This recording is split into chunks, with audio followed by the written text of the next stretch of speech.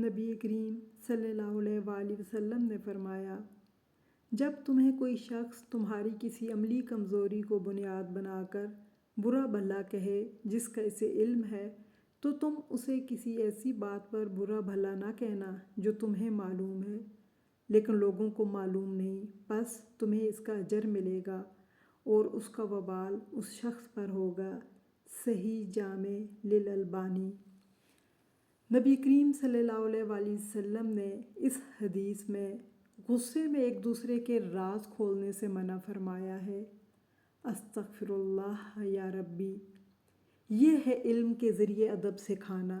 کہ وہ بات سکھانا جو مزاج میں ٹھہراؤ اور تحمل لانے کا ذریعہ بنے، جس سے انسان خود فیصلہ کر سکے کہ میں کیوں وہ حرکت کروں جو دوسرا کر رہا ہے، کیوں وہ برائی کے جواب میں بھی برائی کروں۔ یہ حصول علم برائے تربیت نفس ہے، اور یہی دین سیکھنے سکھانے کا اصل مقصد ہے کہ کردار سازی ہو سکے۔ جب نبی کریم صلی اللہ علیہ وآلہ وسلم کو مبعوث کیا گیا کہ وہ قرآن کی آیات اور احادیث سکھائیں، تو اس کا مقصد یہ بھی تھا کہ تزکیہ نفس ہو سکے۔ علم سیکھ کر دوسروں کو اس کی تعلیم دینا بہت اچھا ہے، لیکن اس علم کے ذریعے اپنی ذات کو سدھارنا، اپنی ذات کی اصلاح کرنا، اپنی ذات کو نفع دینا بھی حصول علم کے اولین مقاصد میں شامل ہونا چاہیے، اور اس کے لیے اپنے نفس کی سوچ، قول، فعل، عمل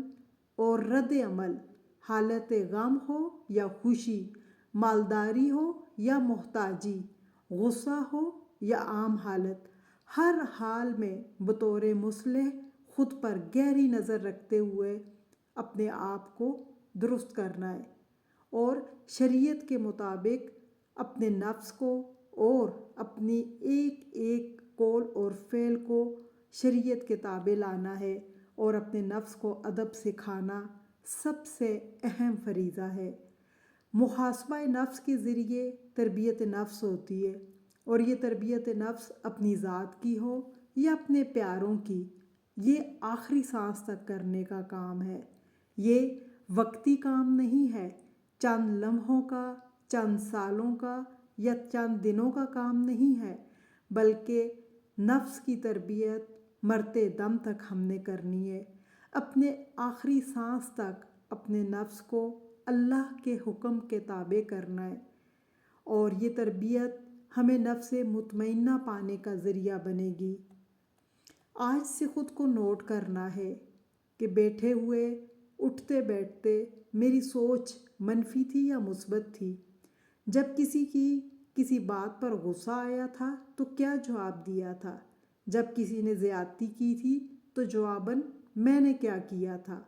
یہ محاسبہ نفس ہی تھا جس کی فکر سے صحابہ کرام رضی اللہ عنہ بن گئے اور رضو عنہ کے درجے تک پہنچے، یعنی وہ اللہ سے راضی اور اللہ ان سے راضی ہو گیا۔ تو ہم نے بھی اپنے کوشش کر کے اس درجے تک تو ہم نہیں پہنچ سکتے، لیکن اتنی کوشش کرنی ہے کہ مرتے وقت اللہ ہم سے راضی ہو اور ہمارا استقبال اچھے فرشتے آ کر کریں، اور ہم اللہ کے پاس اس حالت میں جائیں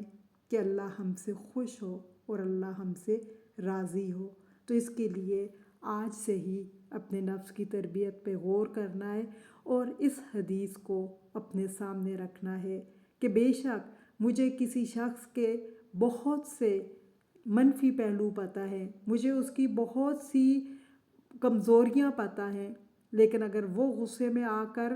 میرے کردار کشی کرے گا تو میں نے جواباً یہ کام نہیں کرنا۔ کیونکہ یہ حدیث نبی کریم صلی اللہ علیہ وآلہ وسلم کی میں نے ہر وقت اپنے دماغ میں رکھنی ہے کہ جب تمہیں کوئی شخص تمہاری عملی کمزوری کو بنیاد بنا کر برا بھلا کہے جس کا اسے علم ہے، تو تم نے ایسے برا بھلا نہیں کہنا، اور تم نے وہ بات نہیں کرنی، اس کی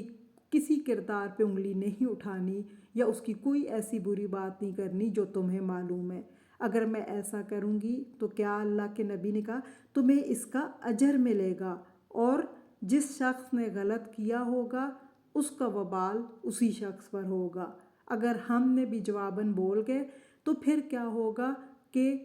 جیسے حضرت ابو بکر صدیق رضی اللہ تعالیٰ عنہ کے بارے میں آتا ہے کہ ایک دفعہ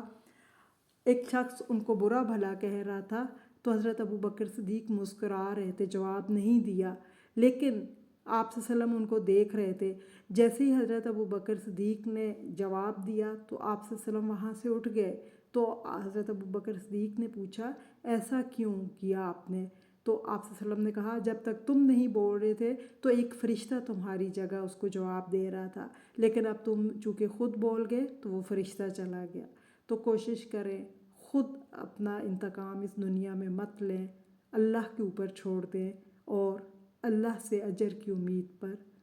قائم رہیں۔ اللہ تعالی ہمیں عمل کرنے کی توفیق دے۔